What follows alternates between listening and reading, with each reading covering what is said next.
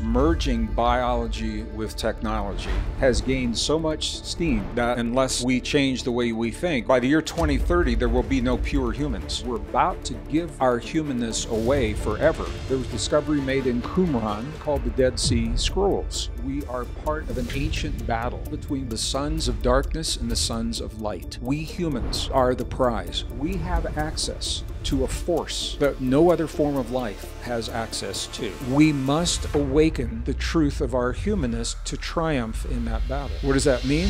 We are not the product of Darwin's idea of evolution. We are the product of an intentional act, a higher intelligence. But this goes even deeper. When you look into the ancient temples, in the innermost layer is where the greatest wisdom was held. What were our ancestors trying to say to us? When they said our body is a temple, every cell of our bodies holds the DNA with the secret that tells us who we are. Now, where this gets really interesting, every cell has the same message. It literally says, by 2030, you've said humanity faces a real choice point: awaken or hybridization. Can you describe the difference between these two paths, and how did we as a species get here?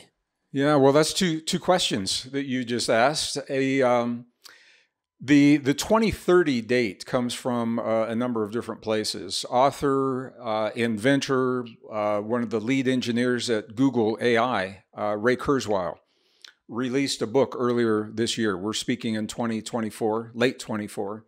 He released his book in early 24. It's called The Singularity.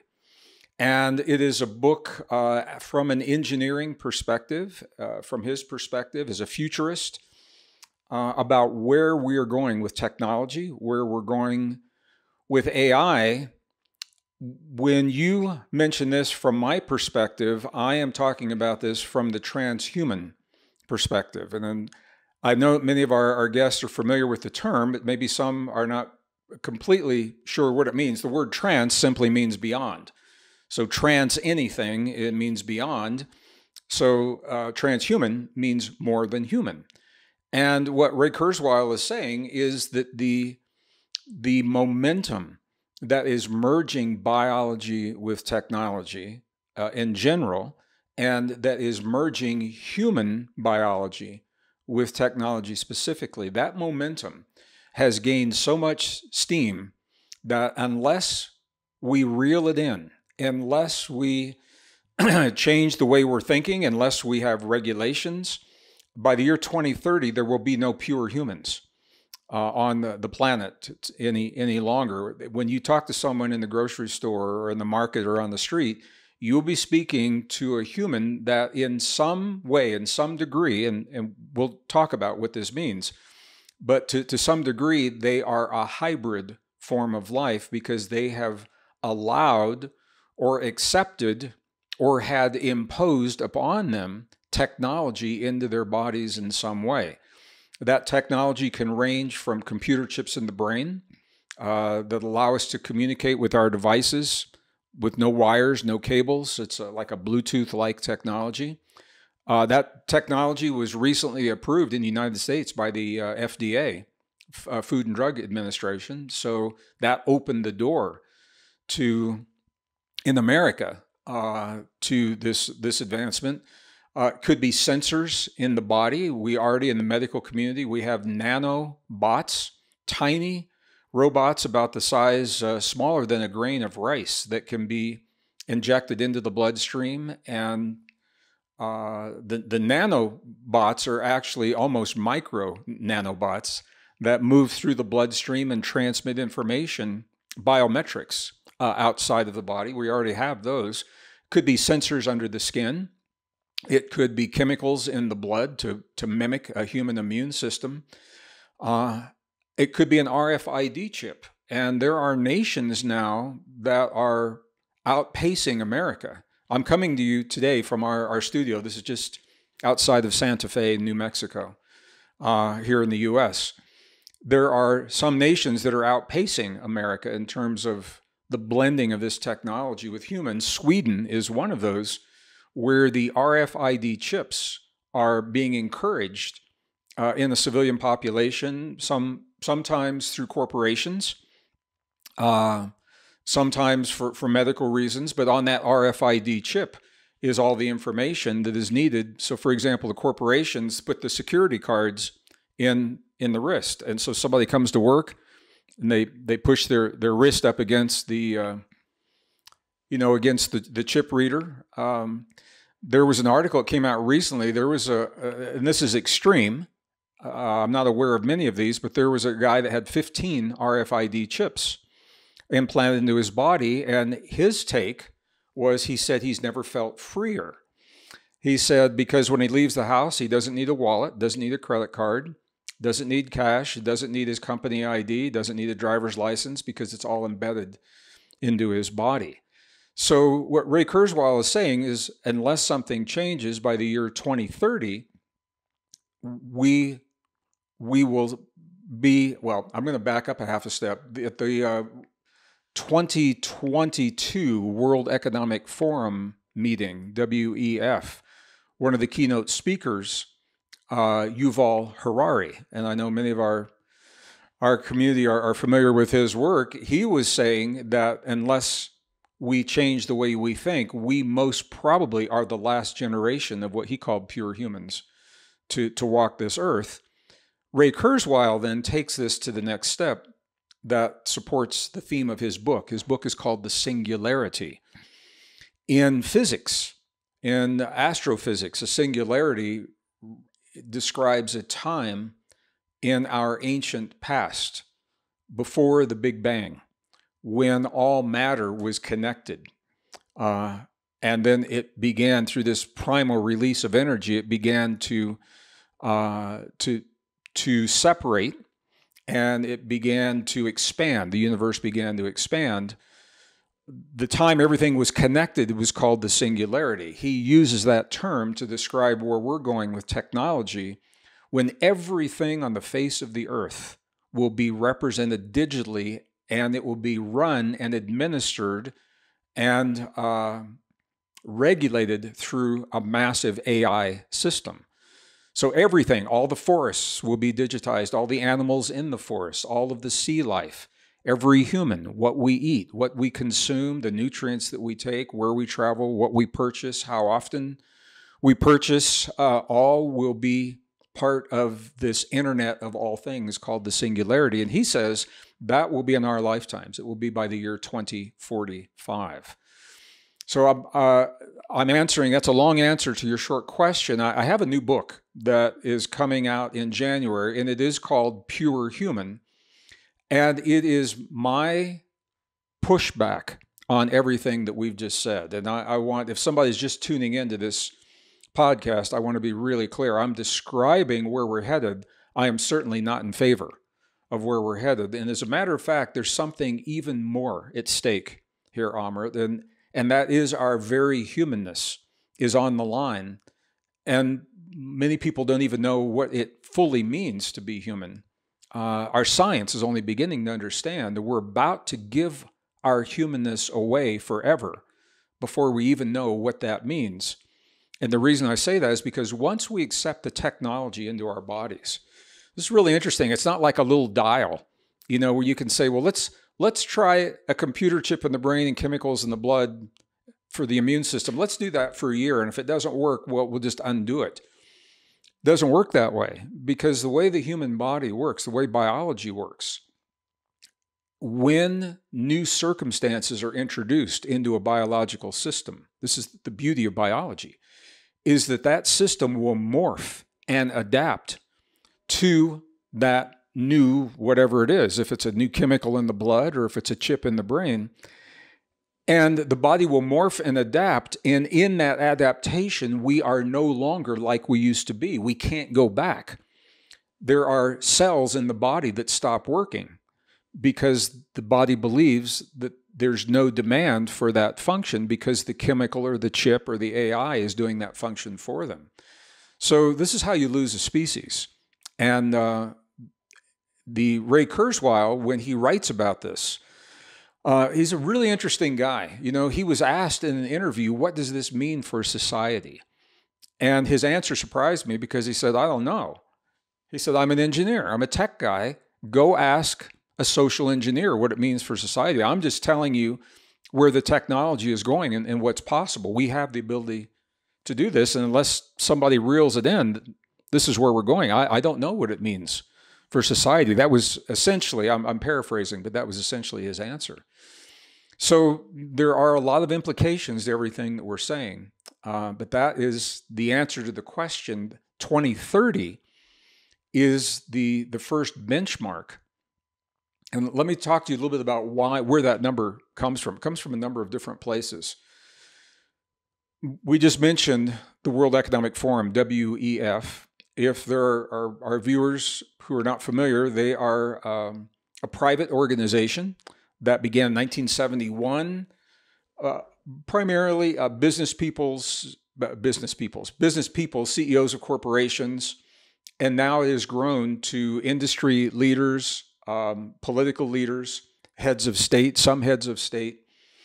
They meet every year in Davos, Switzerland, and they talk about, in their view, what they think is good for the world from their perspective, where they want the world to go. And they have every right to do that. And since 1971, what they have done in those meetings has been of very little concern, because they never had the teeth to implement those ideas in your life and my life and in our viewers' lives. All of that changed in the year 2019, right before COVID, it changed. And I think because of the chaos of COVID, a lot of people didn't see what happened in 2019. When they formalized, the WEF formalized an agreement with the United Nations to use UN programs to implement the ideas being formulated in the WEF, because there was a lot of synergy between those programs. Okay, so United Nations has always had, always in recent years. I'll say it this way: they've had a number of programs that have had expiration dates on the program. So they had UN SDG. Or the Millennial Development Goals, MDG, for the year 2000. And that was a 15-year goal. Then they expired in the year 2015, and they do these in 15-year segments. And in 2015, they implemented what is now called UN SDG 2030. It's the next 15 years. And this is, SDG stands for Sustainable Development Goals. So this is a series of 17 goals that they want to have implemented in the world by the year 2030 that closely parallel many of the World Economic Forum's ideas, and that is why they're working together. And I'll just say one more thing, and then I'll stop here for a minute. The goals themselves, this is complex. And there's a lot of psychology going on here, and a lot of very slick marketing, covert marketing. The goals themselves are beautiful goals, Amrit. And if you read them on the surface, just bring them up on the website, who wouldn't want these goals? Goals like food security for the world, and the end of poverty for the world, and the end of disease, for the world. Who doesn't want that? Then you go down, you read the fine print of how they hope to implement those goals, and it is horrendous. The question you have to ask is, at what cost do we want these? How much of our sovereignty, how much of our humanness are we willing to compromise or give away in exchange for the speed and efficiency of what they're talking about? So this is where that year 2030 comes from, and other organizations as well are really looking, which is only 5 years away. It's not very far. So that the level of social engineering that would have to occur to meet the goals for both the WEF and the UN are of such magnitude that it would forever change the world around us in ways that most of us probably don't want. And here's what sets these goals apart from anything that's ever happened in the past. It changes the world within us, because for the first time, their goal is to use gene editing, to use the nanosensors, to use AI, to actually change human biology. They call it hackable biology. And they plan to actually hack human biology in order to meet the goals that they are prescribing. And those goals are what we've been talking about, is the acceptance of technology into our bodies that links us to the internet of all things, that links us to the AI of all things, that links us to the control of all things. And the downside is that we lose our humanness in the process. We lose our ability for emotion, empathy, sympathy, compassion. We lose our ability to imagine, to create, to innovate. We lose our ability of the sovereign biological systems, including the immune system in the human body. All of that is the price to be paid for this system that's being envisioned. And most people don't know it. And the really concerning thing is that these people are unelected officials. We didn't ask them to represent us. So we didn't ask them what they think is good for us in our world. Yet through the legal regulations now, the relationship between the UN and world governments, this is where that relationship has become very concerning. Hey there, guys. Just wanted to take a quick second out to thank all of you that have subscribed to the podcast. Thank you so much for your incredible love and support. And to all of you that haven't yet subscribed to the podcast, please take a moment. As I say the word subscribe, the button below the subscribe button is lighting up in the colors of the inspired evolution. If you can hit that button, hit the bell notification icon. 2 episodes like this come out every week, and everything you see around here on this podcast is powered and empowered by your subscription to the channel. It helps with everything we're doing, promoting positivity, love, and wisdom around the world. Thank you so much in advance for your incredible love and support. Back to Greg in today's episode. Appreciate you taking the time to explain all that out. It's interesting because even in Australia here at the moment, they're starting to implement a ban for 16-year-olds and under to be able to use social media. And it's interesting how long social media has actually been running, and now we're finally catching up. And they used to say this, like smoking, was completely legal in like offices and stuff like this. And now it's like you've got to pretty much walk to the top of the mountain to smoke, It's, Sure. And so we've sort of put our security, our privacy concerns, even when you look at like social media and, you watch all these trials of, the CEOs and directors kind of going along to these massive trials, and they're talking about something that is so retroactive, like it's happened in the past, and you see how fast technology is growing, like AI, and then from AI it's like transhumanism. It's like, whoa, like how do we allow our ethics to catch up? Like That's exactly, so where the social media that you're talking about, where that fits in, so we're painting in broad brushstrokes here, and where the things you're talking about fit in is there is a concerted effort. We are the product of about 4 generations of this happening, a concerted effort to break the social bonds that have always held societies together, that have always held communities together, that have always held families together, and that have always held our self-worth, self-identity, the way we see ourselves together. There's a concerted effort to break those bonds, Amrit, because when those social bonds are broken, we become much more vulnerable and much more susceptible to the ideas and the agendas of other people. So when we have strong family ties, for example, and we have a strong identity in a nation, we have a strong identity of a religion of any kind that brings us together as a social function. Religion is a very powerful social unifying function. I'm not saying I'm on board with what all religions represent, but they do all play a very powerful social role. And if you look closely, those are precisely what is under attack. And it's insidious. It's not spontaneous. This is insidiously intentional.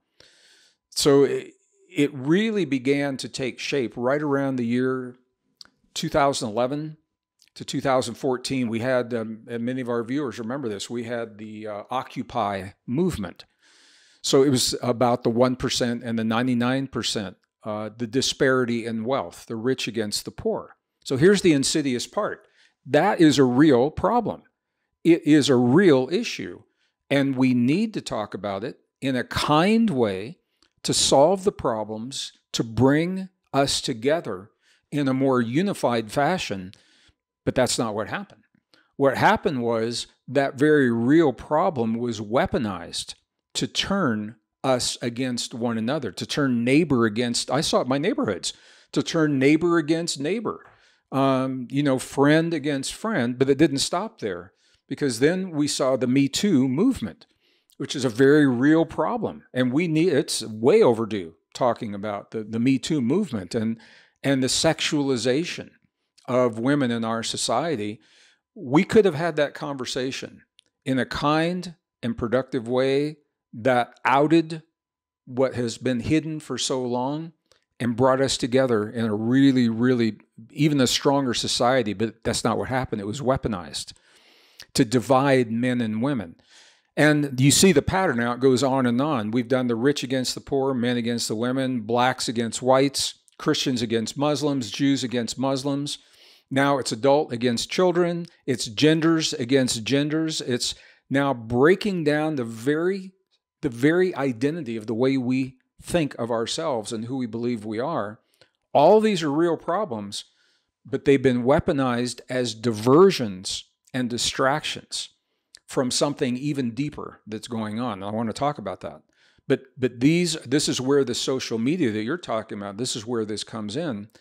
And young people are especially vulnerable because biologists have told us that between the time we're in the womb and the age of 7, we are in what is called a hypnagogic state of consciousness, where we don't really have any filters. We absorb what it is we're exposed to. And in theory, this is nature's way of preparing a child to be functional in the world that their parents are living in. So they mimic, everything that their parents, the way their parents respond to a friend, they mimic that. The way their parents respond to someone they don't like, or the way their parents have disagreements with other people. Ideally, we're supposed to be picking that up so that we can function in the world. Well, if you're exposed to everything that's on social media right now, that media is being designed to isolate the child from the parents and to separate children from parents and to break those bonds. So when you see regulations, I'm not saying the regulations are necessarily the best way to do it, but what you're seeing is an attempt. It's a recognition that something's wrong, and it's an attempt to try to at least reconcile to some degree until something else is figured out. So now do you have a lot of other guests that are talking about the things we're talking about right now? It's I don't want to be redundant. No, everybody seems to have a very different stance on AI, the singularity, where it's going, where it's taking us. I think it's been a while since someone's actually devoted like such a ray of focus onto the entire subject matter the way that you have. And I think having been in this space for like 45 plus years and, science and spirituality and, Are you saying that I'm old? Are you saying I'm old? Sorry, I didn't mean to date you. Pardon me for doing that. Pardon me for doing that. Didn't mean to date you. But like legitimately, like you've been at the nexus of science and spirituality for such a long time, like speaking to this and watching this coming up on our horizon. People have definitely been talking about AI and its benefits, and some people are against it, some people are for it. People have talked about the singularity and all the different things that are hypothesized. Like you said, Ray Kurzweil, he even himself is like, this is where tech's going. Speak to the philosophers, like come to the social engineers, like tell me where you think this is going. And I think with your background in particular, watching where this is all going, one of the questions I had for you today was around human divinity, because reading Pure Human, there's this battle for human divinity. Yeah.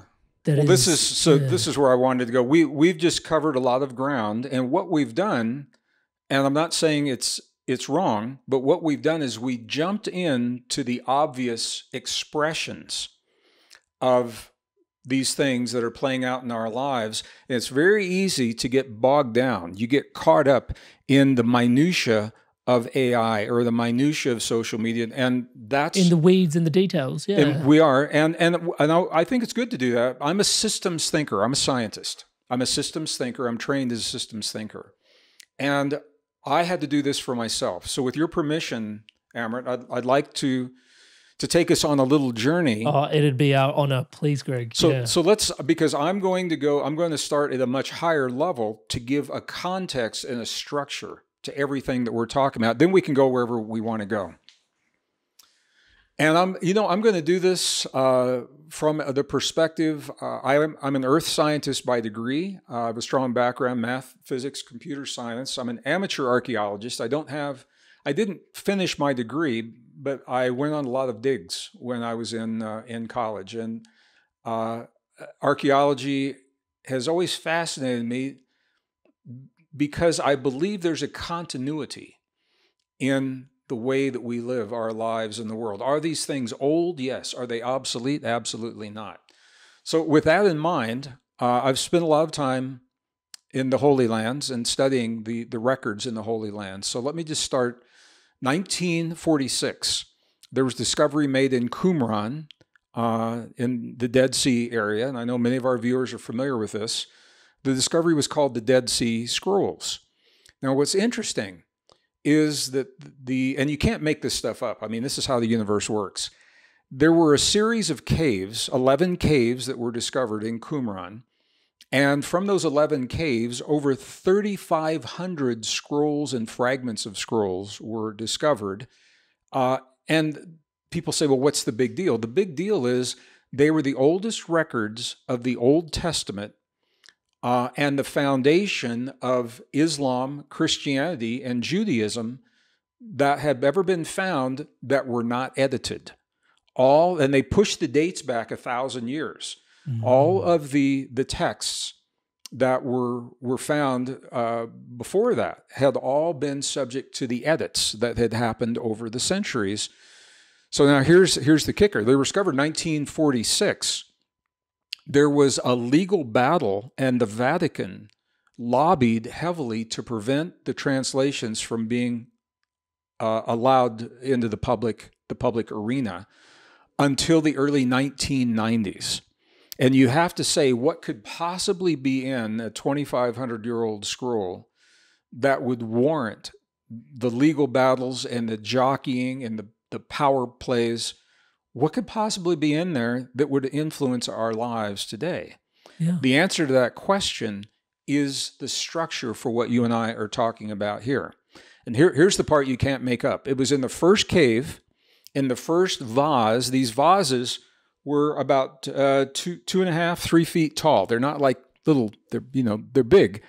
They were sealed with pitch and tar, and so they were well preserved. So in the very first cave, in the first vase that came out of the first cave, and the first scroll that was pulled out of the first vase is the answer to everything we're talking about here. It is a scroll that's called the War, W-A-R, War Scroll. And what the War Scroll says is that you and I and the world today, as modern as we believe we are part of an ancient battle that has been playing out for a very long time. And the exact words in the scroll is a battle between what is called the sons of darkness and the sons of light. Today, we would interpret that as a battle between good and evil. And I was in an audience recently, and I just want to say, I don't think I need to say this for your audience, but I want to honor everyone here. There was a woman that was offended by the term sons of darkness and sons of light. They didn't address gender 2,500 years ago the way we do now. Sons is all inclusive of male and female. It's humanness. So we are in this ancient battle between the sons of darkness and the sons of light, between good and evil. Now, when I was a kid, I was born and raised right in the middle of the United States of America. A state that's called the state of Missouri. It's a rural area. I grew up in a rural area. When we talked about good and evil, it was always kind of a joke. It was like there was a little red devil on your shoulder that had horns and a pointy tail. And then there was this little angel over here, and they were always having this conversation. and, telling you what to do. And you'd say, oh, shut up, devil, or shut up, angel, I'm going to do it. What I want to say is that the forces of good and evil are real. They're very, very real. And that they have played out and defined the history of this planet since the first of our kind walked on this earth, because we are part of this battle. However, the battle ebbs and flows. Sometimes it's less obvious, sometimes it's more obvious. The year 2030 represents a convergence point for a lot of reasons, not just because of the UN, not just because of the WEF, but there are cosmologic cycles, there are astrological cycles, there are astrophysical cycles, there are geophysical cycles, all converging right around that 2030 time frame. And what we're seeing in the world, a lot of people think the world is just coming unglued. Amrit, they just think it's coming apart at the seams, and that everything we're seeing is spontaneous. It's not spontaneous, it's organized. The chaos is organized, and what we're seeing are individuals, forces, governments, corporations, people in positions of power are jockeying for the best position they can get in by the year 2030 as this battle between good and evil comes to a focus in the year 2030. The battle, sometimes it's more obvious than not. Sometimes the battle is kinetic. A kinetic battle we're all familiar with. That's boots on the ground. That's Ukrainians fighting Russians. That's Hamas fighting the IDF. Those are, it's World War I, World War II. Those are kinetic battles, and we all know that. But that is one form of evil. But there are so many forms of evil. There is biological evil, and that's what we're going to talk about here. Biological evil is when our bodies are modified to prevent us from being the best version of ourselves. There is psychological evil. That's what's playing out on the World Wide Web and social media, where we are being fed. I know this is happening, and I'm still in awe of how sexy the marketing is and how attractive the technology in being embedded into our bodies. There's YouTube videos that show people with RFID chips in their bodies, and the birds are singing, and the dogs are running, and they're happy, walking down a street on a spring day, carefree, because the marketing doesn't tell you what you've given away. When we incorporate the AI into our bodies and the computer chips in our bodies for efficiency and speed, which they definitely give us, the price for that is our humanness. And the term that you mentioned is divinity, is a big part of that. So I just want people to know that the evil plays out. There is psychological evil. There is financial evil, obviously. There is social evil. It plays out in a lot of different ways. So I want to be able to, at the very least, when we finish this conversation, I want people to know, not to judge, but to discern, to be able to recognize where evil is in their lives. All right, so the battle between good and evil, between the sons of darkness and the sons of light, that battle is creating the diversions. So everything that we're seeing in the world, the refugee crisis, that's real. The climate crisis is real. All of the social injustices, those are all real. And they have all become diversions from the deeper battle, and that is the battle for our very humanness, because we are the prize. We humans are the prize, and here's the reason. It is through our humanness, through our biology, through our DNA, through our genetic makeup, that we have access to a force that no other form of life has access to. So I'm going to use the word. I'll say it, then we'll define it, and then we'll explain what this means. And you already mentioned it. The word is divinity. Now, a lot of people, that word can have some baggage, and I fully acknowledge that because I felt the same way. a lot of people link divinity with religion. And that is one expression of divinity. But the contemporary definition, this is so cool. The contemporary definition of divinity simply states that divinity is our ability to transcend perceived limitations. And that's it. To transcend. Transcend means to become more than, not just to meet, but to become more than the limitations. And I love this. Perceived. Look at this. The limitations that we place upon ourselves as individuals, communities, societies, nations, as a species, may not even be real. They are the limitations that we have been programmed or indoctrinated to accept about how fast we can go, how far we can go, the brain states that we can achieve, the immune response, longevity, all of those things. So divinity is simply our ability to transcend the limitations that we've accepted for ourselves. Religion adopted that, and they wrapped their rules around divinity. There are schools of divinity now.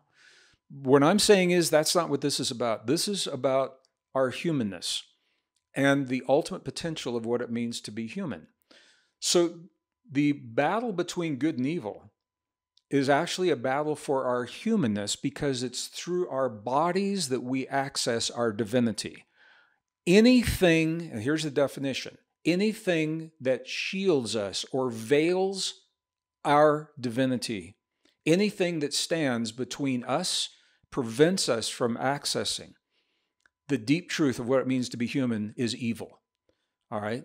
So now we've got a gauge. We have a benchmark that we can use when policies are put forward for us to vote on, when ideas are put forward in society, or when our friends or our neighbors or scientists or our governments or our politicians, when they put these ideas forward, now we have a benchmark. Do these ideas, do these principles, do they support our humanness? Do they support our sovereignty? Do they support us being the best version of ourselves? Or are they asking us to give ourselves away in exchange for being safe, in exchange for feeling secure, in exchange for being the illusion of health? And this is, and I would never tell someone, I would never attempt to convince or persuade anyone of anything. We have to make these decisions for ourselves. Knowledge is power. And I think we need to know what we're giving away before we give it away, because between now and 2030, next 5 years, we are on the precipice of giving away our very humanness, Amrit, before we even know what it is that we're giving away, before we even know the full extent of what it means to be human. And new scientific discoveries are now telling us that we are not what we've been told. We're so much more than we've been led to believe. And in this conversation, we'll get into some of those.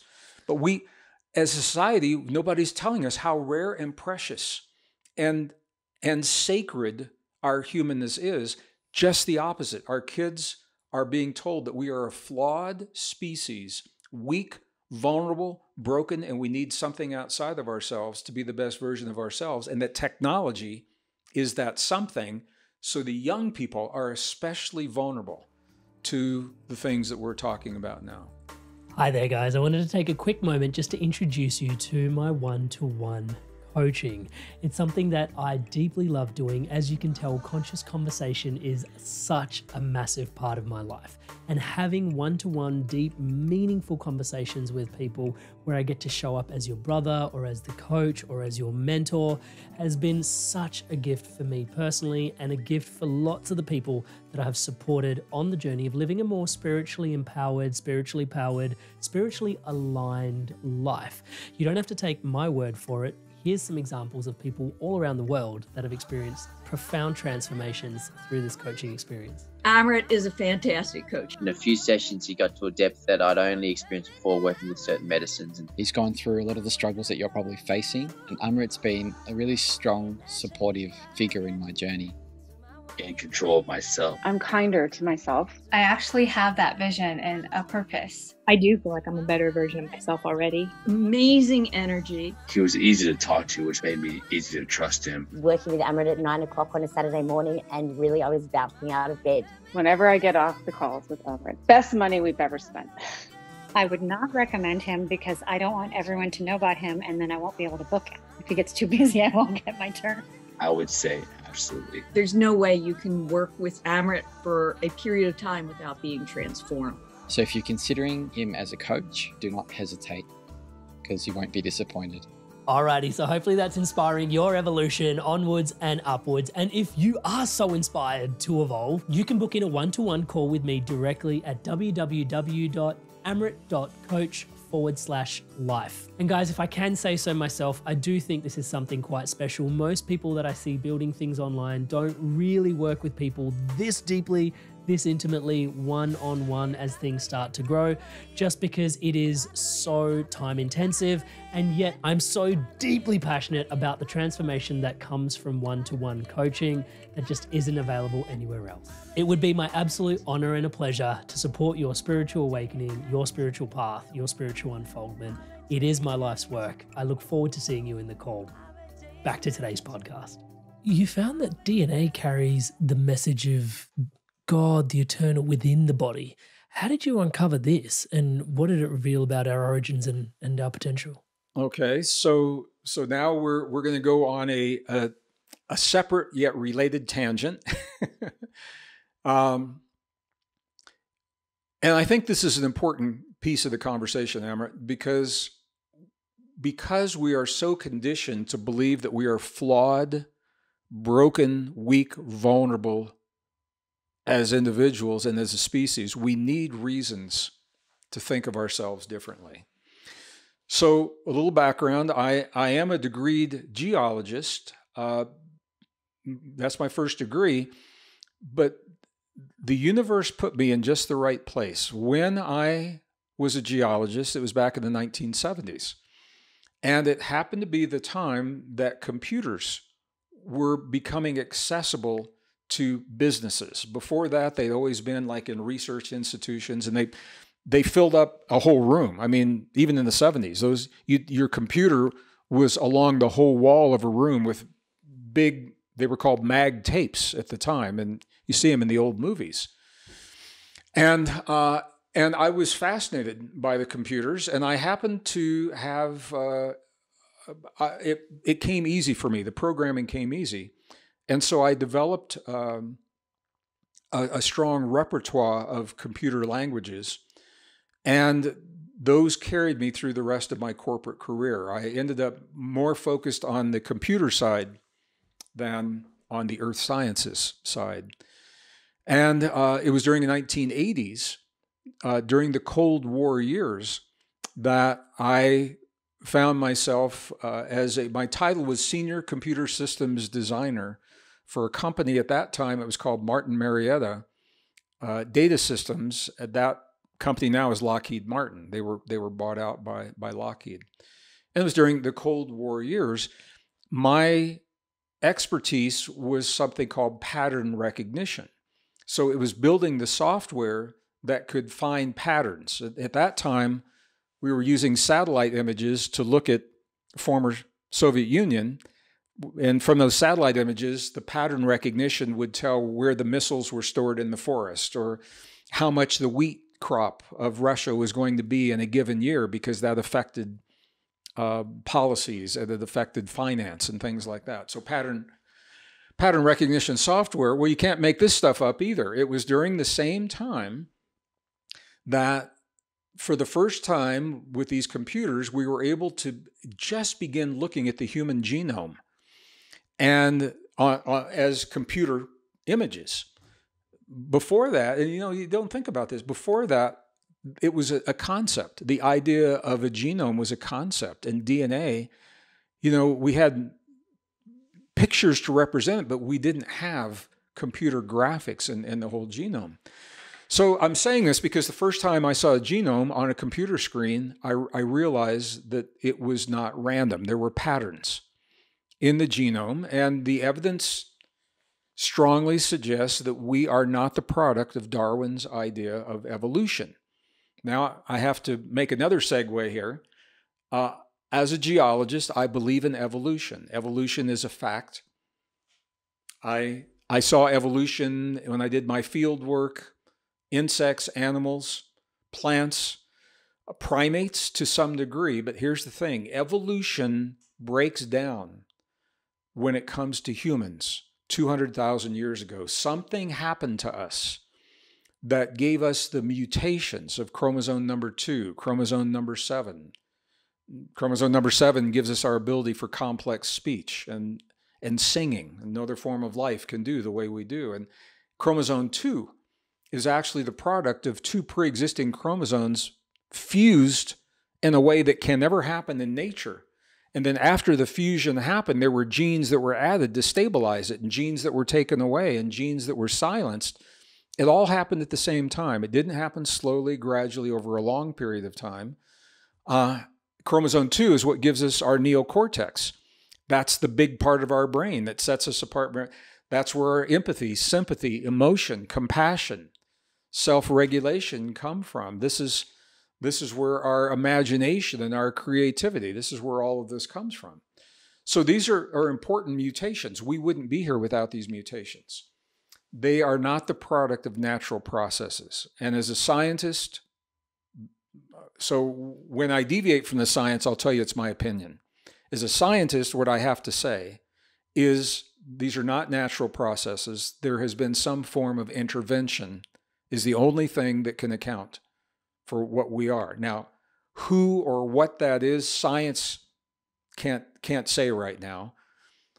My own personal sense, this is not science, this is my own personal journey, is that I've had the privilege of leading groups into some of the most beautiful and ancient and isolated and pristine and remote places remaining on this beautiful planet of ours for over almost 47 years now.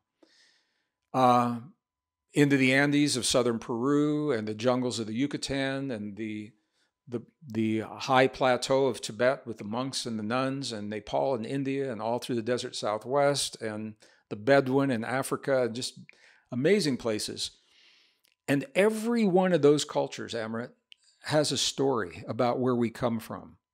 And not one of those stories says that we are the product of a long, slow, gradual evolutionary process. Every one of those stories says that we are the product of an intentional act. A higher intelligence is the foundation. So knowing that and having a background in computer science and recognizing patterns in DNA, my question to myself as a scientist, I said, if we're the product of the intentional act, where would evidence of that intention be found? And it made sense to me that it would be found in the building blocks of life itself, in the DNA. And that led to a long process that I describe in the book. And I want people to know it wasn't made to be a technical book, yet I wanted people to have the reason, if they need the reason, to see where the message in their own DNA comes from. So there's a place in the book, chapter 2, where I will walk the reader through the process of deriving the message in our DNA. Or there's a place, it's a jump point. I'll say, if you're not interested in that, go 20 pages ahead and we can enjoy and benefit from the outcome. You don't have to know all the details. So I did it both ways. So the bottom line for me, I followed the instructions in a 3,000-year-old text called the Sefer Yetzirah. It has only been translated one time into English. It's a brief text, only about 1,000 lines long. The rabbi that translated it passed away not long ago, Rabbi Aryeh Kaplan, no longer in this world. And I read the instructions in that text for how a human was created. And I read it as if it was a modern scientific text. So I didn't judge it as an old religious text. I said, what if they were trying to tell us something important a long time ago? And then I applied the instructions using the best science of the modern world. When we do that, the bottom line is that it's possible to replace the chemical codes in the DNA, the C, T, A, G that we always see in the science fiction movies, you know, the Matrix or whatever. C, T, A, G, A, T, T. There was a movie called Gattaca. Gattaca, Gattaca. Uma Thurman, Jude Law, I think, starred in that. Great movie. Yeah, it was about a genetic code. So when we follow the instructions, it's possible to replace those genetic codes with the letters of what are called the root alphabets of humankind: cuneiform, Sanskrit, Arabic, and Hebrew. And there's a relationship between those four ancient. I hesitate to call them alphabets because cuneiform really is not an alphabet. It is a writing system, and Sanskrit, Arabic, and Hebrew are alphabets. But when we follow the instructions, they reveal a message encoded into the DNA of every cell in our body that can be read in any of those languages. It can be read in it's so universal. It can be read in cuneiform, Sanskrit, Hebrew, and Arabic. And that message that you alluded to earlier on, it literally reads, it's not a metaphor, it's a mathematic sequence that literally, when translated into the letters, literally reads as the words, God eternal within the body. God eternal within the body. So it doesn't say where the message came from or how it got there. When you follow the instructions in a 3,000-year-old text using the best science of the modern world, there is a message that's there. So when I wrote the book that described this in the year 2004, and my excitement about that book was that when we forget who we are, we need look no further than the 50 trillion cells inside the average human body, because every cell has the same message. It literally says God eternal within the body, and it makes no difference what the color of our skin or our gender or what sex we identify with or what our religion or our political affiliation. Every message in every cell is exactly the same. And when we think that our differences are so great that we have to hurt and destroy one another to solve our problems, we now have the ability to look to a place where we are all the same. And that is at the core of our very essence, the core of our being. So when we need a reason to think differently about ourselves, our own DNA gives us that reason if we want to accept what the DNA tells us. A lot of people don't want to accept this. They don't like the message. I've had rabbis, when I published the book, that were upset. They said, we've worked for hundreds of years to keep this hidden. What gives you the right to share it? And my response was, we're on the brink of nuclear war and destroying ourselves. If we're ever going to share it, now would be a really good time. And I've had other rabbis come out fully in support. Rabbi Zalman Schachter was a revisionist rabbi, came out in support of this. And some other work that I did with Jonathan Goldman, who was a pioneer in the sound healing movement, who was able to reverse engineer the DNA to create the sound of what this means in our bodies, what it actually sounds like in the body. So that's a little side journey. I do this early in the book to give people a reason to think differently about us. We're not the product of random mutations and lucky biology. We are the product of very precise mutations, switching of genes in chromosome 7, fusion of chromosomes to give us chromosome number 2. And there's a message that is in, but this goes even deeper. So we just covered a lot of ground. I'm just going to pause here and ask if that makes sense. But then I want to go even deeper about why the DNA, the relationship between DNA and human divinity, and why by replacing our DNA with synthetics, and technology, we lose access to our divinity. Inspired soul, I would love to hear from you. What are your biggest takeaways from today's episode with Greg? Such an interesting podcast. The future and the choices that we have. My goodness, what are your thoughts in and around this? What is your hope for humanity? What do you see on the horizon that potentially is a bit challenging, and how do you think we can make our way through it? And do you have any questions for Greg? This is the second time round he's back. I'm sure he'll be back again in the future. Leave your questions, leave your thoughts in the comments below. I'd love to read them. Back to Greg in today's episode. This is a pretty light conversation we're having, isn't it? No. Well, when you've got Greg Braden on the other side of the mic, you go as deep as you potentially can. So thank you for honoring us with the depths. So yeah, totally fascinated by what we've been discussing so far. You know, those two things weaving in together, because where we've come from and understanding our DNA and the potential in there.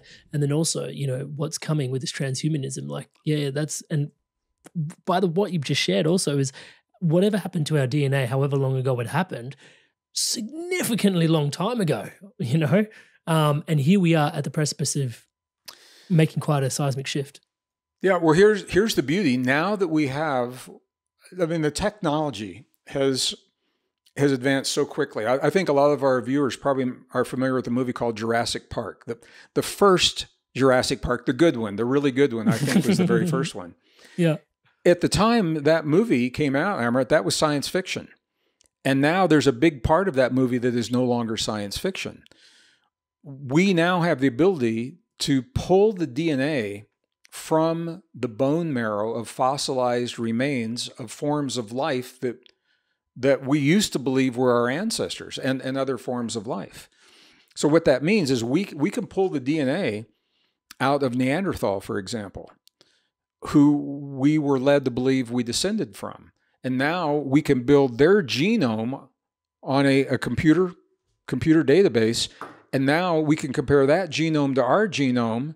And in the year 2000, the scientists had to acknowledge, they don't teach this in the classroom, but real science, not the pop scientists, but the real scientists know this.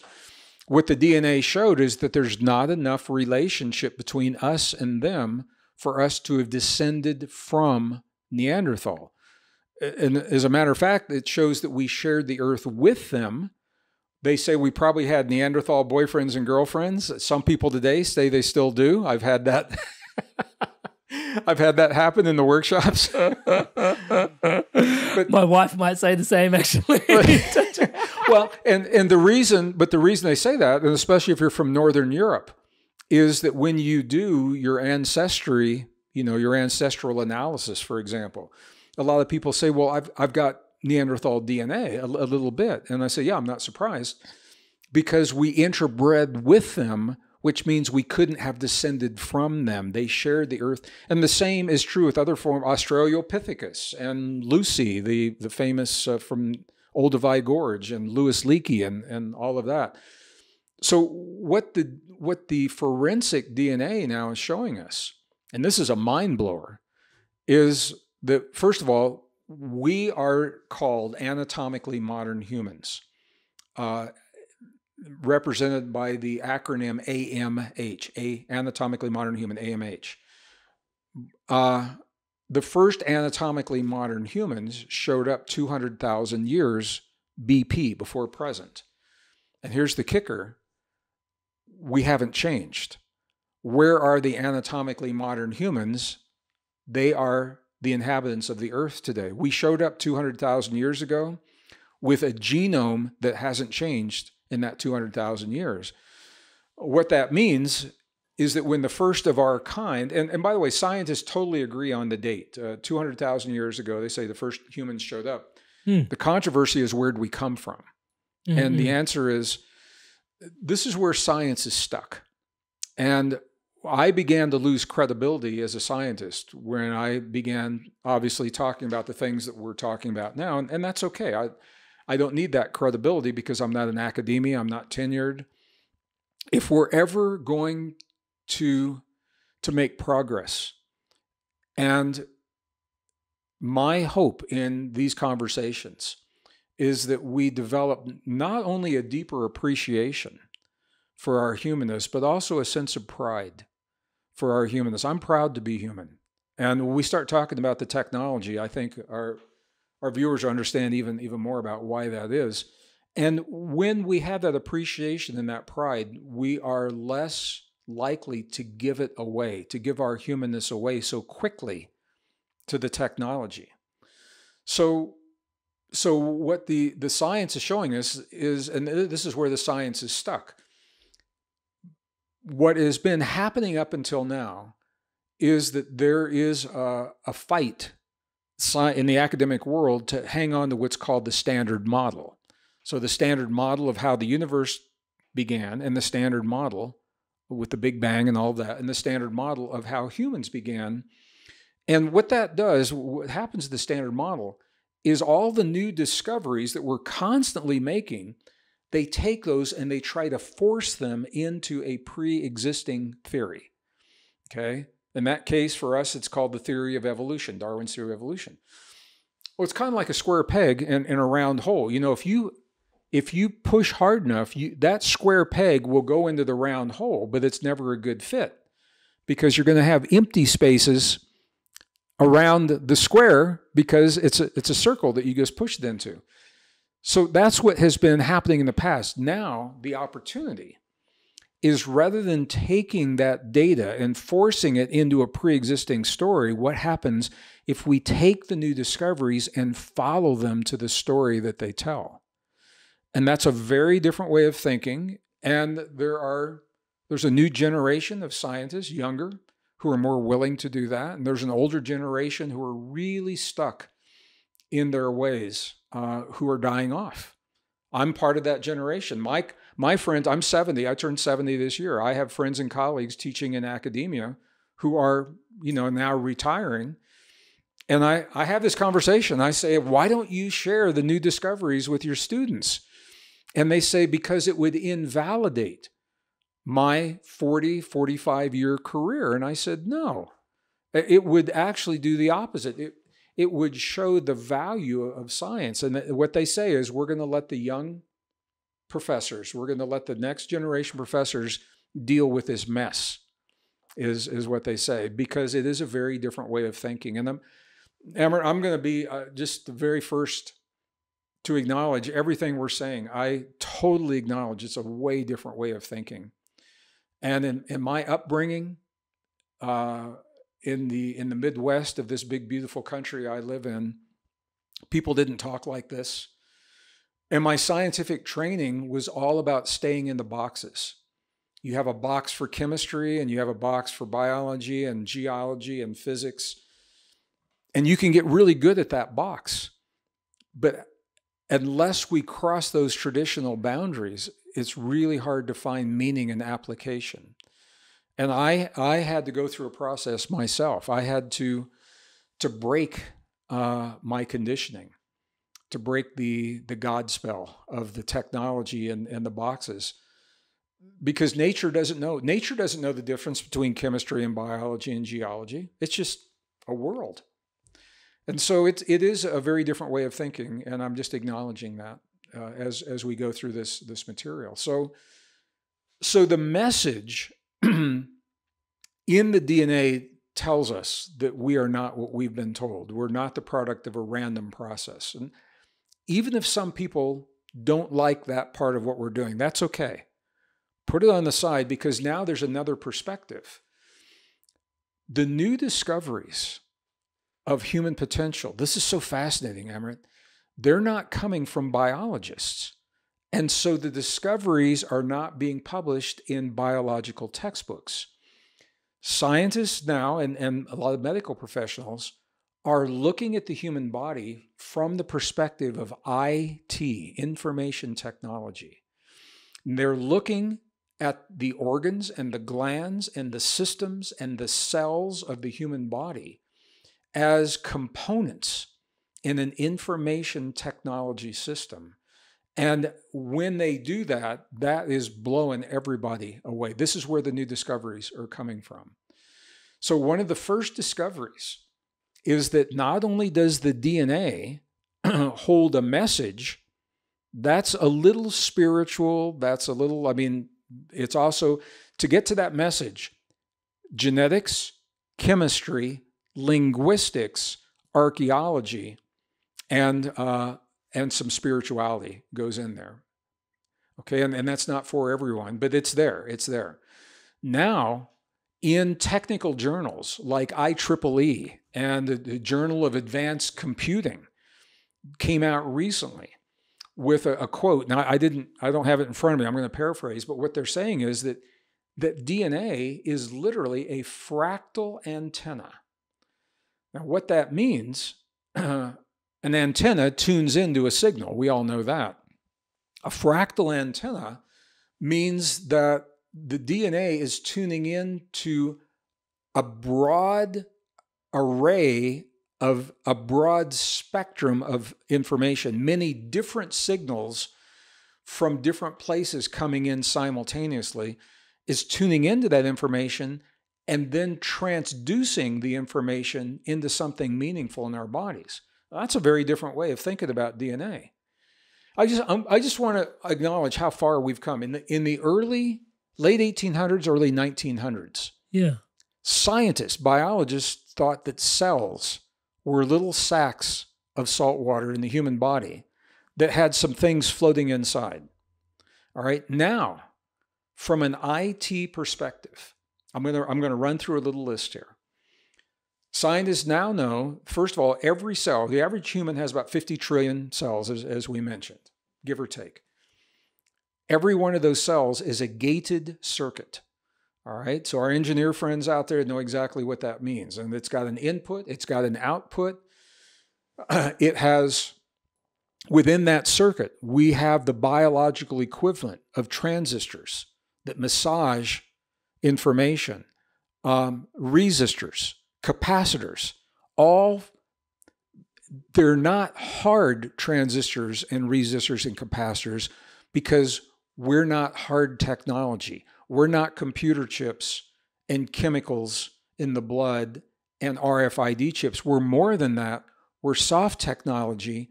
We are neurons and cell membranes and ion potentials moving across cell walls, which is so much more advanced than the hard technology. I'm going to give you some examples of that in a minute. So every cell in the human body is a circuit. Transistors, resistors, capacitors, every cell in the human body has an electrical potential of about 0.07 volts. And you say, well, that's a pretty small potential. And I agree. But now you do the math, 50 trillion cells times 0.07 volts, and you're talking about 3.5 billion volts of electrical potential, I believe is what that is. Of electrical potential, what if we could harness that and focus it on our healing or on our intuition or our imagination, our brain power, our creativity, or other states of consciousness? But it doesn't stop there, because every cell in the human body receives photons of light and emits photons of light. Light is information. So the cell membrane is actually receiving and transmitting information in terms of light. Every cell in the body stores information like memory on a computer chip, except we do it in DNA. This is so cool. This is so cool. There is a new technology that's revolutionizing the world, and it began with finance, that is called blockchain technology.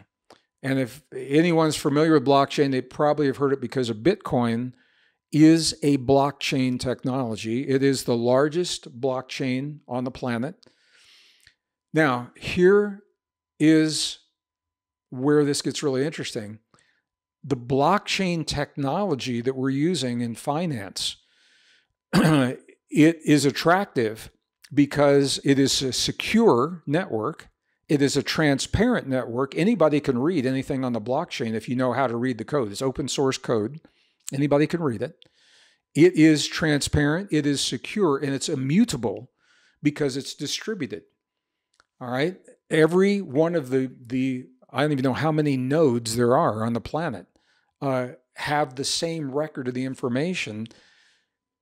This mimics the way we store information in DNA in our body. Every successful genetic transaction in our species history is encoded into our genome. It's transparent if you know how to look for it. It is immutable because it is distributed throughout the whole network of human life. It is secure because you cannot hack this system. And Bitcoin has never been hacked. Bitcoin has never been hacked. What has been hacked are the platforms that supply it. It's like the bank that supplies the dollar. The dollar isn't hacked, but the bank that supplies the dollar is. So FTX, for example, was supplying Bitcoin. That was corrupt. But the Bitcoin has never been hacked. Our DNA, you can hack it for individuals right now, and we now have the technology. We could change the DNA of our entire species because we understand blockchain technology. But these are all examples of where, from an IT perspective, where we're more than the sticky, wet, soft, mushy, gooey stuff inside of cells. And here's the beauty. Working in technology during the Cold War, and I don't do that now, but I learned a lot during that time. And I worked on some of the most advanced technology, SDI, Star Wars Defense Initiative, for example, advanced communications, lasers, radar systems. I can only imagine where they are now. But here's the thing. The more complex those systems are behind the scenes, the simpler the user interface is always going to be. A mobile phone is a perfect example. You touch a picture and you set into motion a cascade of events to pay your bills or talk to your friends or whatever. We work the same way. Our IT, our soft technology, the user interface, and you don't have to know anything we just said. The user interface, thought, feeling, emotion, breath, focus, movement, and nutrient. And that's it, our user interface. So they happen to be the core of our most ancient and cherished spiritual traditions. And this is why I think people are drawn to spirit, not religion per se, but spirituality often is because they are searching to understand the user interface that allows them to be the best version of themselves. So we just covered a lot of ground. Let's go back to the beginning of this conversation. There is a movement, a concerted movement. There's a fundamental battle between good and evil, and there's a concerted movement to shield us, to veil our humanness from us. And you say, well, why would that be?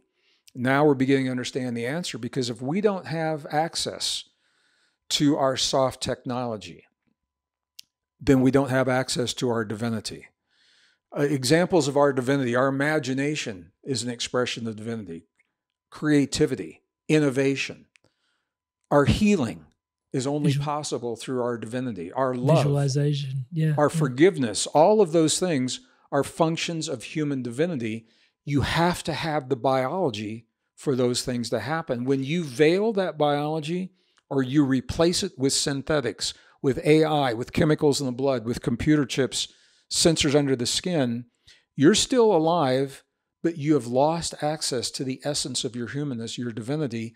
That makes us vulnerable to the ideas and the agendas, but within the bigger context, that is what the evil wants to do. The evil wants to prevent us from the deepest expression of our humanness. Anything that keeps us from our imagination, creativity, innovation, from love, loving fearlessly, from forgiveness, from healing our own bodies.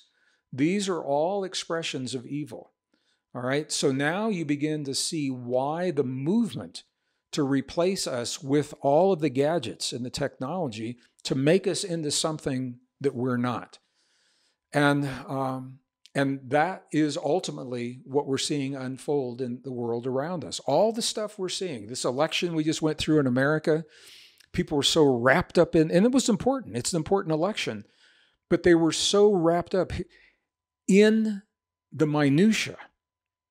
And I want to say one more thing here, because the way that evil works, if we attempt to defeat evil, or whatever name you want to give to it, if evil doesn't work, call it something else, dark forces, whatever you want. The old way of thinking is that it's force against force, and that is what keeps us stuck in the battle. That is the faulty thinking that keeps us stuck in the battle, because we don't want to win this battle. We want to triumph. Triumph is different than winning. We triumph by becoming more than the battle, by becoming the best version of ourselves. So there's going to be a time, Amrit, the world that we see right now is unsustainable. The chaos, it can't last forever. Something's going to give. And we're going to get through this. We're all going to get through this. We're going to get through this together. Here's the question we have to ask ourselves, every one of us. What have we become as we went through this rare, precious window of time in the history of our planet? What did we allow the world and the events of the world to make us into? Did we succumb? Did we allow the events of the world to drive us to succumb to our most primal instincts of revenge and hate and fear? Or did we recognize what has happened? And it doesn't mean that we don't fight, because there's always a time when we can change the course of history early on with less effort.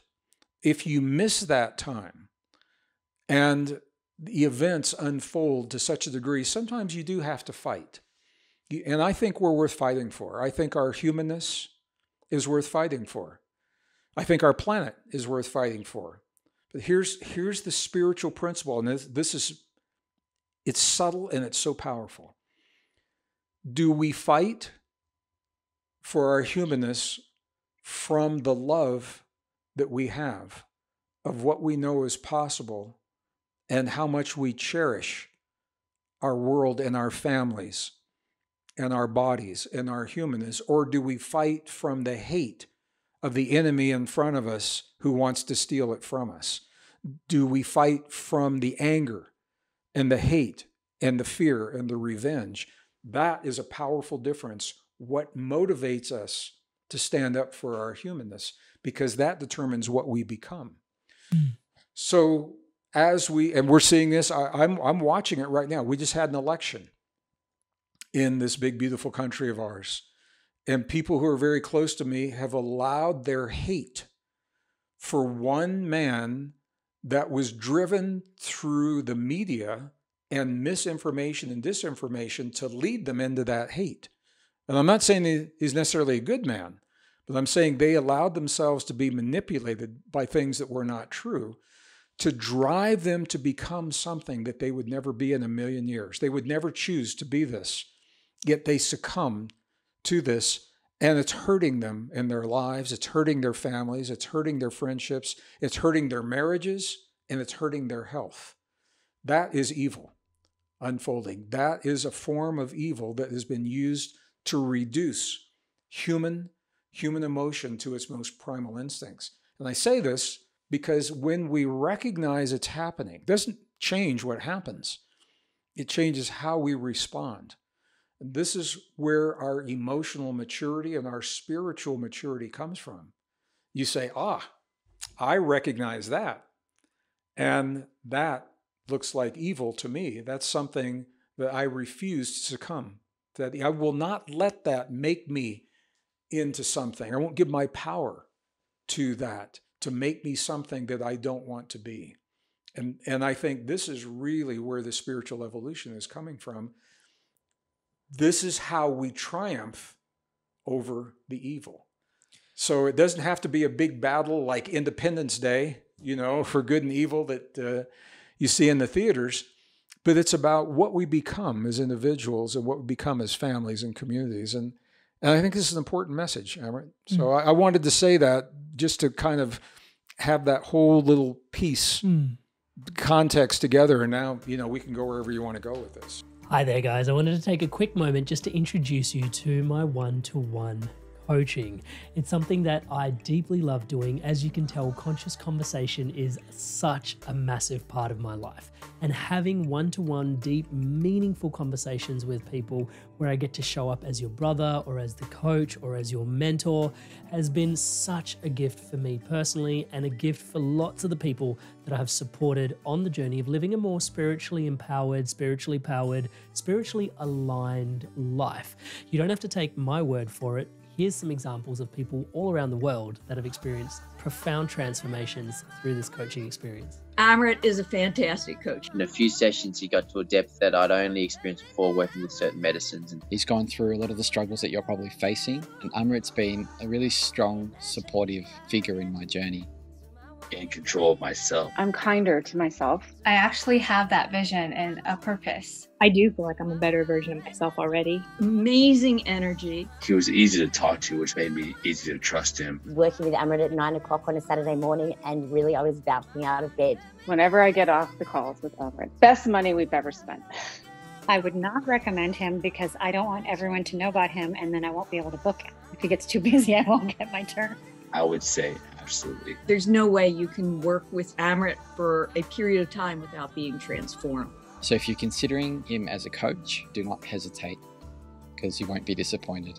Alrighty, so hopefully that's inspiring your evolution onwards and upwards. And if you are so inspired to evolve, you can book in a one-to-one call with me directly at www.amrit.coach/life. And guys, if I can say so myself, I do think this is something quite special. Most people that I see building things online don't really work with people this deeply, this intimately, one-on-one as things start to grow, just because it is so time intensive. And yet I'm so deeply passionate about the transformation that comes from one-to-one coaching that just isn't available anywhere else. It would be my absolute honor and a pleasure to support your spiritual awakening, your spiritual path, your spiritual unfoldment. It is my life's work. I look forward to seeing you in the call. Back to today's podcast. One of the questions I feel like someone would have that is tuning in at this point is, there's divinity. I'm so in awe of so much that we've discussed so far. Thank you. There's divinity in our DNA and our genome, and we're evolving. And the tapestry of reality at large, for some people, they will say it's all divine. It's all going where it's going. And even if we end up splicing, becoming synthetic, that must be some part of some great divine plan as well. Your thoughts against that comment? Yeah, because I have been on science panels who have told me the same thing. They say the transhumanism is the next step in our evolution. And my gut reaction is no, no, no. Anything that steals from us, what does it mean to be human? In our humanness, we cherish our ability to love, our ability to forgive, compassion, our ability to discern and make decisions, to imagine, to create. When we give those capacities away, we're giving away the very essence of what we cherish as a human. It is a form of evolution. It's not natural evolution. It is a forced evolution, being forced by a force that's not good for us. It is not good for our humanness. It is not good for our species. All right. And you know, there's so many ways to come at this, and I want to honor our community. I know a lot of people are moving to religion right now. The world's so crazy, they can't trust anything else, and religion is like the last bastion of sanity, and even that now is being attacked. But if someone who's of a biblical persuasion, multiple places in the modern Bible tell us that our body is a temple. That's the word they use, a temple of God. I think it's 1 Corinthians 3:16. Know ye not that your body is a temple of God, and within your body is the living God, or something to that effect. Well, when we talk about temples, as an archaeologist, this is fascinating to me. When you look into the ancient temples in Egypt or Greece or Rome, those temples, they were built in layers. There were outer layers and inner layers. And always in the innermost layer is where the most sacred information, where the deepest secrets, the greatest wisdom was held. And it is a place that is called the Holy of Holies. And people can look up that term. If we think of the body as a temple, what were our ancestors trying to say to us? They weren't scientists, but what were they trying to say? When they said our body is a temple, does that mean we have a Holy of Holies?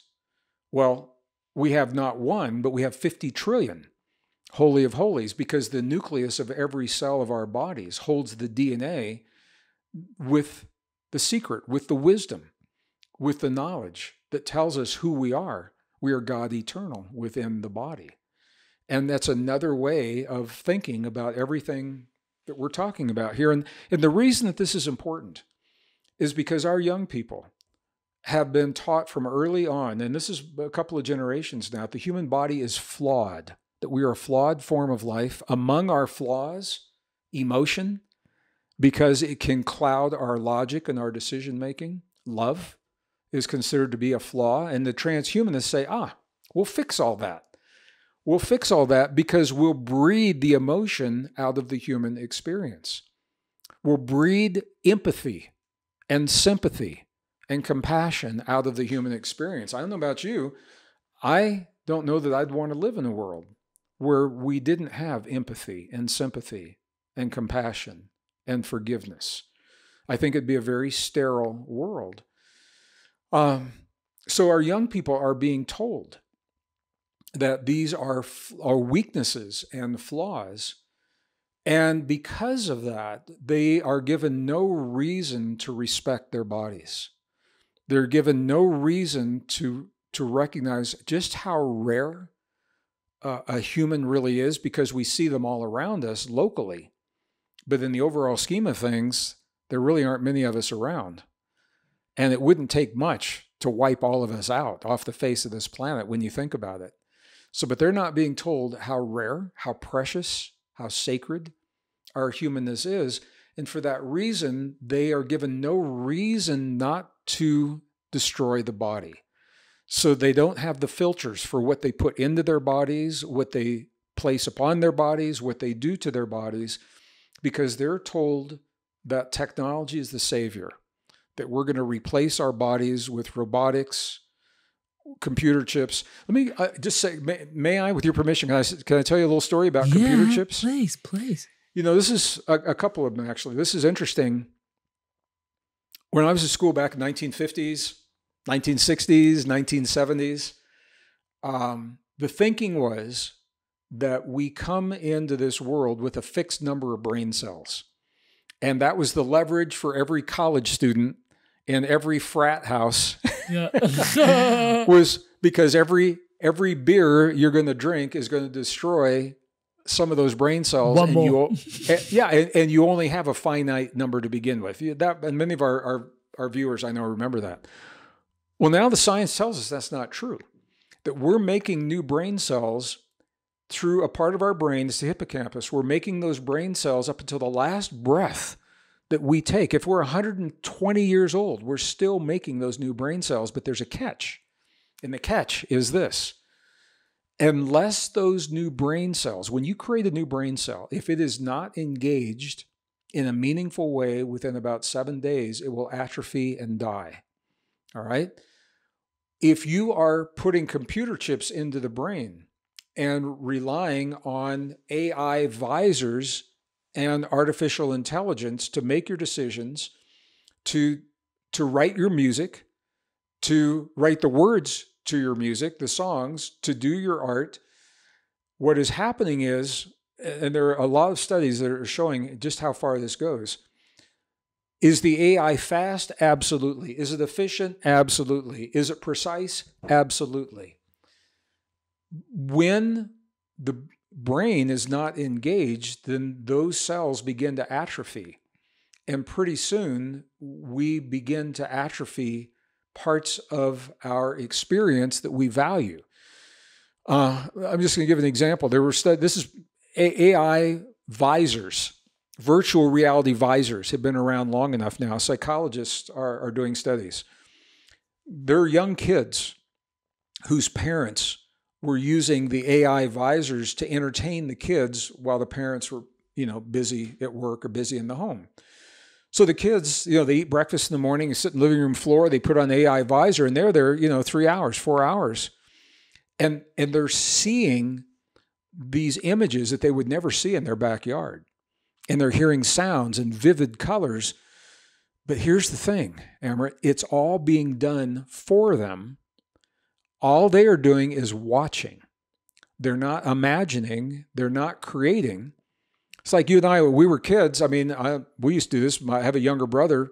We'd take a big blanket and put it over 2 chairs in the living room, make a tent, and all of a sudden that tent is a fort on a distant planet that we just land on, and we put on our raincoats because the raincoats were radiation suits against the radiation on our distant planet, and we were using our imagination. But those young kids aren't. So here's the consequence. They're stunted in their physical body growth. Their bodies are small. Their muscles atrophy. Their muscles are weak. Their cognitive abilities are diminished. Their socialization skills are diminished. Their speech skills are diminished. But listen to this. The visual cortex of their brain is thickened and enlarged. So, which is what you would expect, because they're using the visual cortex to see everything that's happening, but they're not doing anything, and they're not originating the process. It's all being done for them. That principle with the brain is true for the entire body. If you've got chemicals in your body that mimic your immune system, can it give you a form of immunity for a specific contagion? Maybe. Can it last for a long time? If it's targeted only on that contagion, it's at the expense of all the other contagions that the immune system wants to understand. So is that good for us? It's not. It's not in the long run. It may help with an immediate threat, but then you've got to look at the big picture and the consequence. What is the price that we pay for that? It's true throughout the body. So we live. There's a principle in biology called use it or lose it. We've all heard that before. We are an on-demand form of life. If we don't use the functions, they begin to atrophy. And pretty soon, they no longer function in one generation. Through epigenetics, that non-functioning then can be passed to the next generation. And the body begins to say, oh, we don't do that anymore because we do it differently now. And those functions become a vestige of our past. This is how you lose a species. Exactly how you lose a species. Our species is on the line right now. And the beauty is we can discern. You don't have to physically fight. You may, but you don't have to. We can discern through the choices that we make what we need to be the best version of ourselves. And this is how we triumph in the battle between the sons of darkness and the sons of light. There's one more piece to the battle. When that original scroll was 19 columns and describes the battles of light and dark throughout history.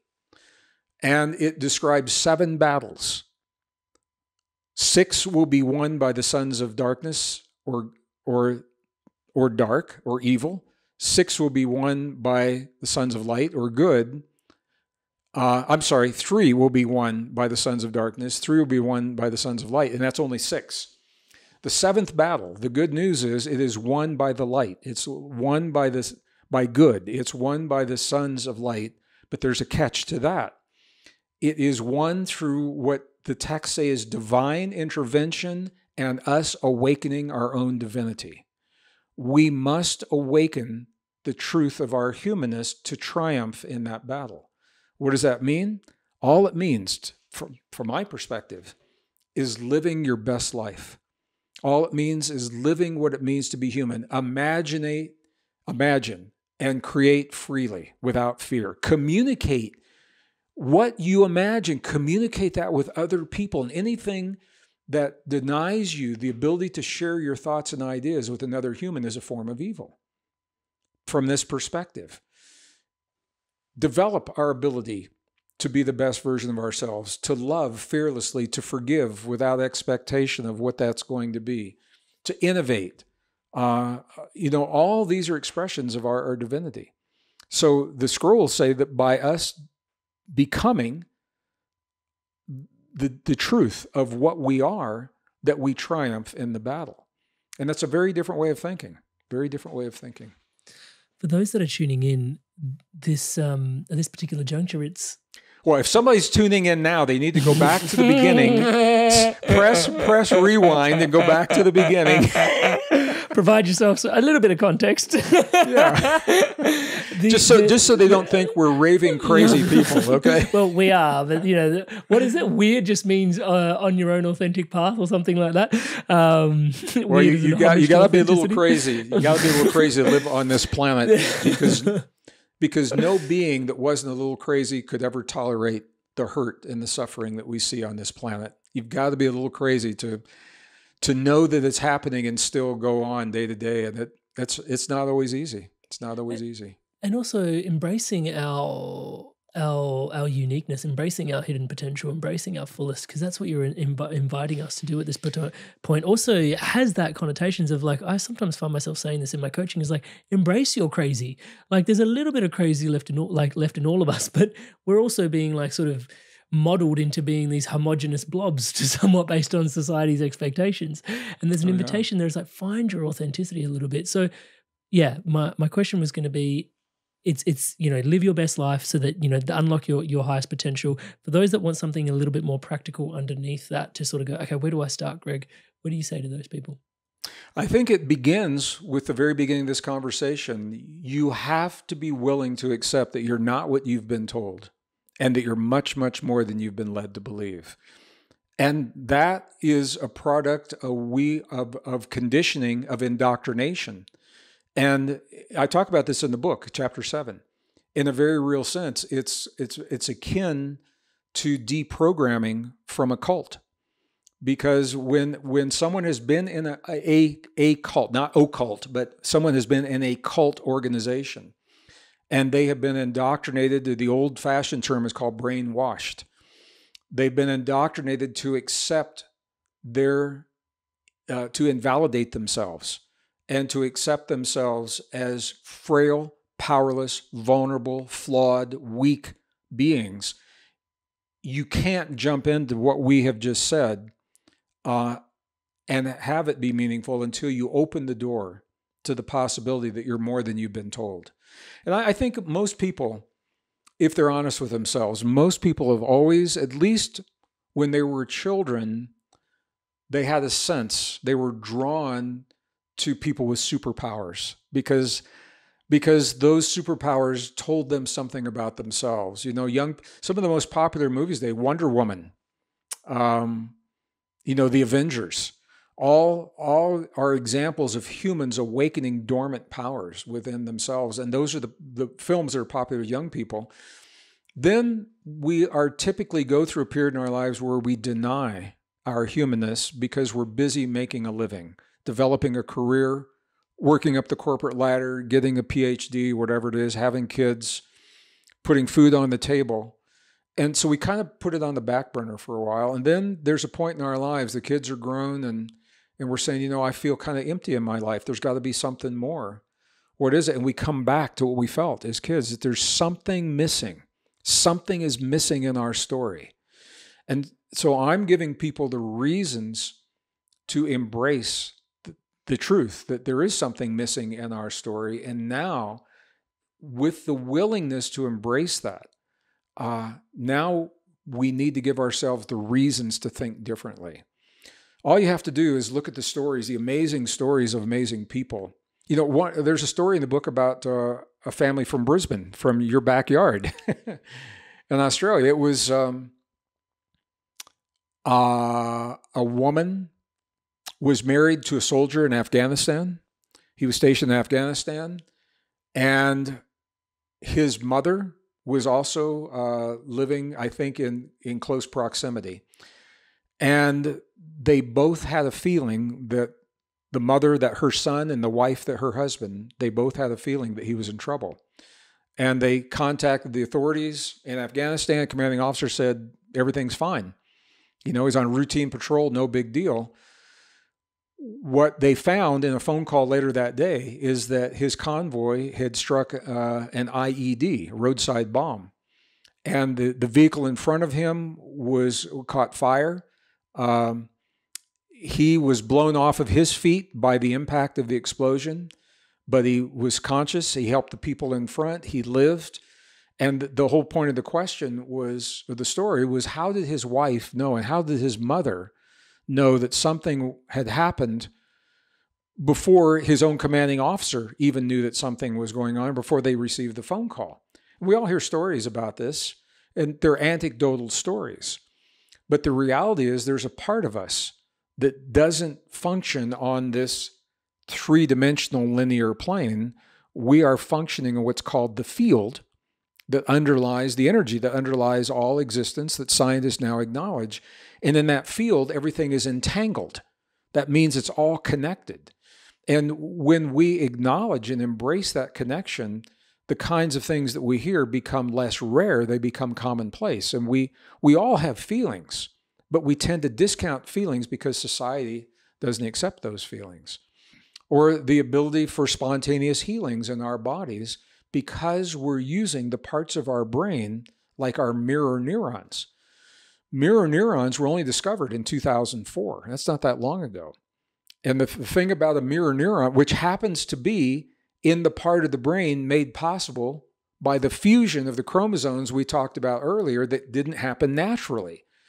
Something, some force fused those chromosomes together and gave us the part of the brain that contains all these amazing functions, including now mirror neurons. So, what's the big deal about a mirror neuron? Mirror neurons don't know the difference between having an experience in the body and seeing the experience through someone else having. I'm going to share the study that was done that really illustrates this. It's a beautiful study. They did brain scans of an individual at a table reaching across the table for a glass of water. So he reaches across the table for a glass of water. Certain parts of the brain light up. No big deal. Totally what you'd expect. Okay, that's the first level of the scan. Second scan, same person watches someone else reach for the cup, but the person watching isn't moving. And then they do the brain scan, and the same parts of the brain are lighting up as if they're having the experience. All right. The third scan is the one that really tells the story. That same person didn't reach and didn't watch someone else reach. He visualized, he imagined himself lifting a cup of water, and the same parts of the brain are lighting up to a little bit less degree, but the same parts are still lighting up. The brain doesn't know the difference between watching and having the experience. So now what does that mean? Well, what is the image that we hold in our mind's eye of ourselves? Do we focus on the disease, on the flaws, on the sickness, on the things that don't work? Or do we hold an image, we're not trained to do this, typically. Do we hold the image of ourselves fully enabled, fully intact in our perfection? Because what the studies are showing, the brain doesn't know the difference. And the brain will generate the chemistry to support the image we have in our minds. If we claim that we are broken in all the ways that it's possible to do that, the brain will say, okay, you're broken. And it'll keep creating the chemistry to support that brokenness, whether it's a weak immune system or a broken bone. You know, my brother Joe Dispenza talks about this, his broken back, and they told him he'd never walk, and he defied that, and he goes into a lot of detail and has a lot of courses about his approach. It's not the only approach, but it was the one that worked for him, doing just what we're talking about right now.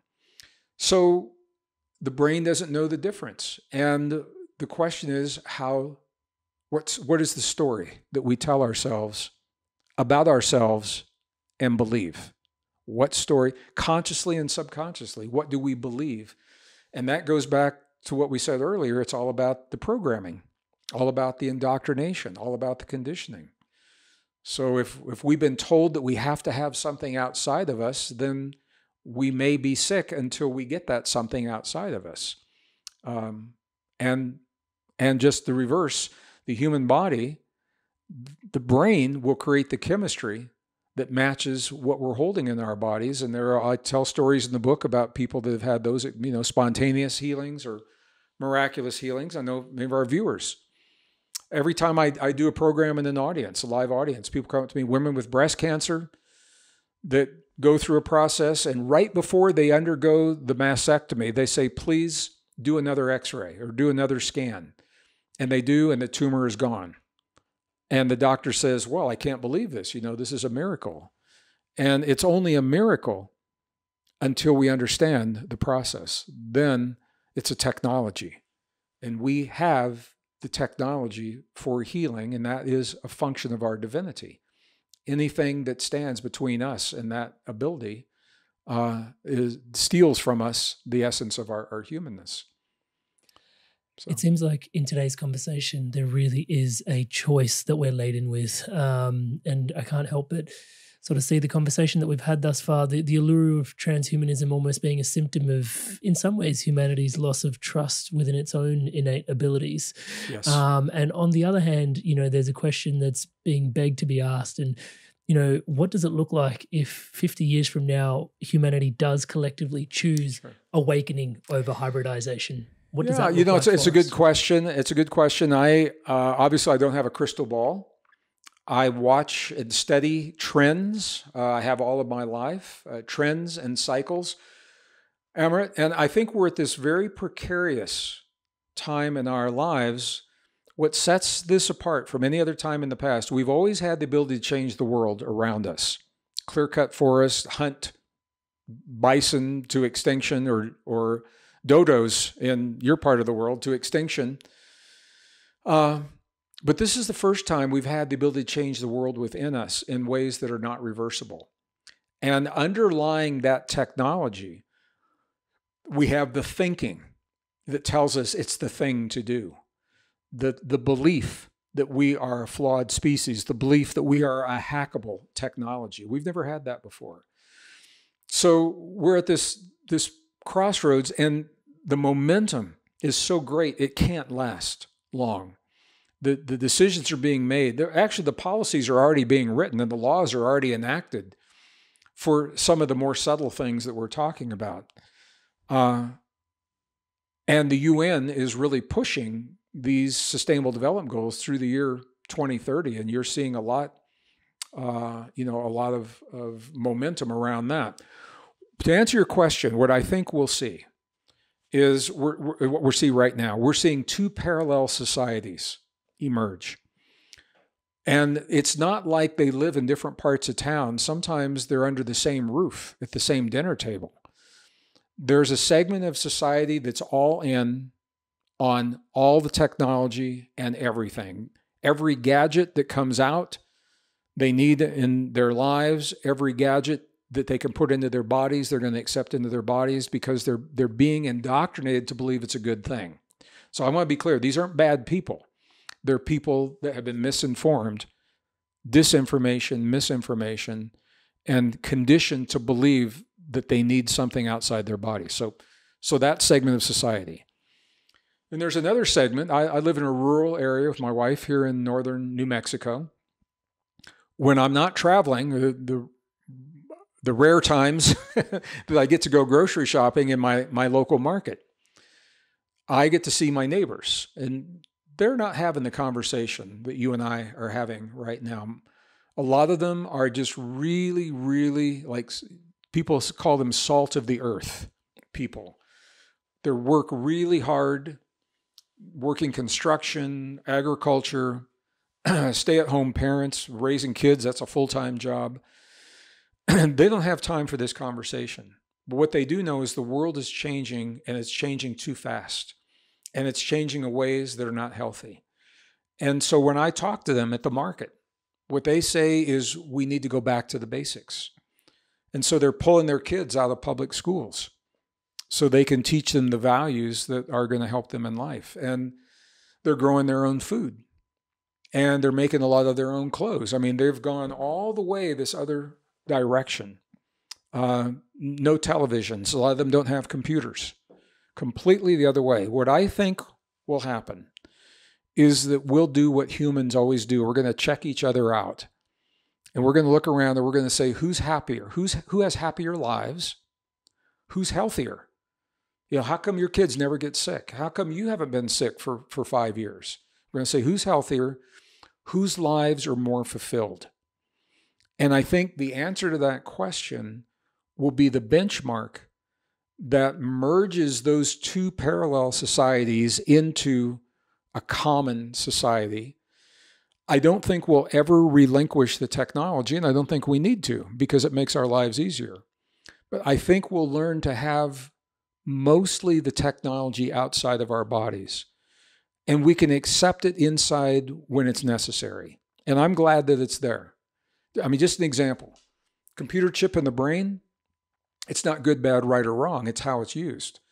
If a man or a woman comes back from the battlefield that's lost arms and legs, and a prosthetic can talk to that chip, and all of a sudden now they can hold their own babies in their arms, and they can feed themselves and wash their own hair. What a beautiful, beautiful thing. The same technology. So I think to be used as needed, but not implemented on a mass scale, with all newborns having computer chips in the brain, which is one of the proposals that's on the table. All newborns having the chips to give them the advantage to compete in the modern world. This is the language that's being used. I know we're running short on time. Can I share one more? Just one more quick. Are you okay? It'd be our honor, please. Yeah. There was a study. Young people are being taught to worship these computer chips. That they're like, the greatest thing. There was a study that was done recently. It was done by the Salk Institute in Northern California, part of the Salk medical facilities. And they compared a human brain to a microprocessor. And what they found was, it kind of blew the scientists away. The way they did this, they considered the synapses of the human brain the equivalent to the transistors on a computer chip. And interestingly, there's about the same number. On a modern computer chip has almost the same number of synapses that the human brain has. They ran through the algorithms, and the bottom line, what they found is the human brain was 100-fold more efficient than the computer chip, 100-fold more efficient. And here's part of the reason. Because a computer chip will always be limited by the stuff, the physics of the stuff it's made of. If it's made of silicon, the atoms that make that silicon will always be a fixed distance to make it so. If they're not, it's not silicon. Material science, yeah. Yeah, and the information can only travel so fast between those, not exceeding the speed of light. So is it fast? Yes. Is it efficient? Yes. Is it scalable? Well, it's scalable to a finite level, and then you reach a limit. Now, human neurons. What is our limit? The truth is we don't know, because every time the neurons are pushed to what is believed to be a human biological limit, they do what they're designed to do. They morph and they adapt to open a whole new vista of possibilities to a new domain of energy and information, and they do it again and again and again. What is our scalability? It appears to be infinite. As long as our biology is intact, we can embrace higher and higher states of consciousness. And that's just one example. That principle applies throughout the entire human body. We are a highly advanced, technologically sophisticated, soft technology. We don't know what our top end is. We don't know how scalable we are because it appears to be infinite.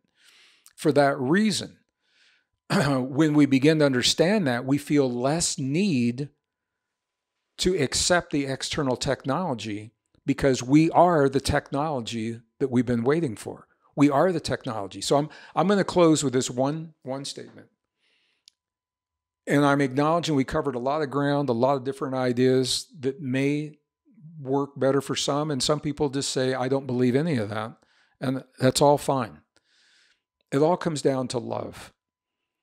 And as we are being encouraged or threatened or mandated to accept the technology into our bodies, the question we have to ask is this: do we love ourselves enough to embrace the deep truth of what it means to be a human in this world and the responsibility that comes with our humanness? Do we love ourselves enough to accept the deep truth of our humanness and our divinity?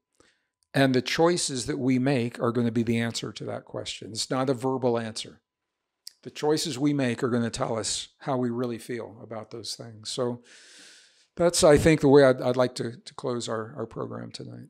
Living out the answers, as Rilke would put it. We live the questions, and our actions speak volumes in that space.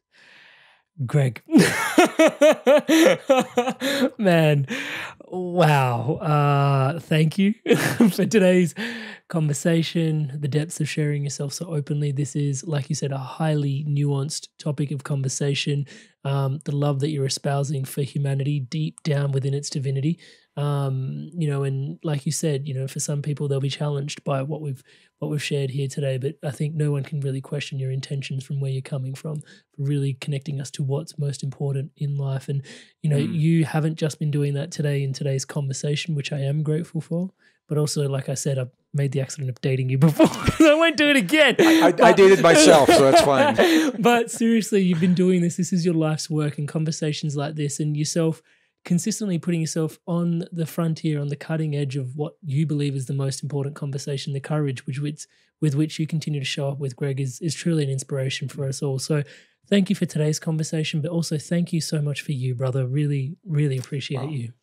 Well, it's what you don't know. It's been a tough couple of weeks. It's good for me to hear that, Amrit. And I just know I love the people of this world. I love this world. And I think we owe it to ourselves to understand who we are before we give it away to technology. And hopefully this to give people a reason for a deeper appreciation for their humanness. So I want to thank you for the community that you've created around this podcast and your patience with my technology. We had a near miss a few days ago and we had to postpone, and here we are today. And I deeply appreciate that as well. Thank you, brother. All in divine timing. Thank you for your blessings. You inspired soul, you made it through to the end of another incredible episode. It is such an honor to be your brother walking this path by your inspired side.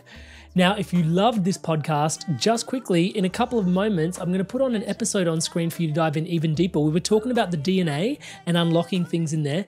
Dr. Bruce Lipton, another amigo brother of Gregg Braden's, dives in super deep on our channel in the wisdom that's unlocked in our DNA and how to harness epigenetics to really create a shift and unlock your best self, and to basically rewire any of your past into your best future self.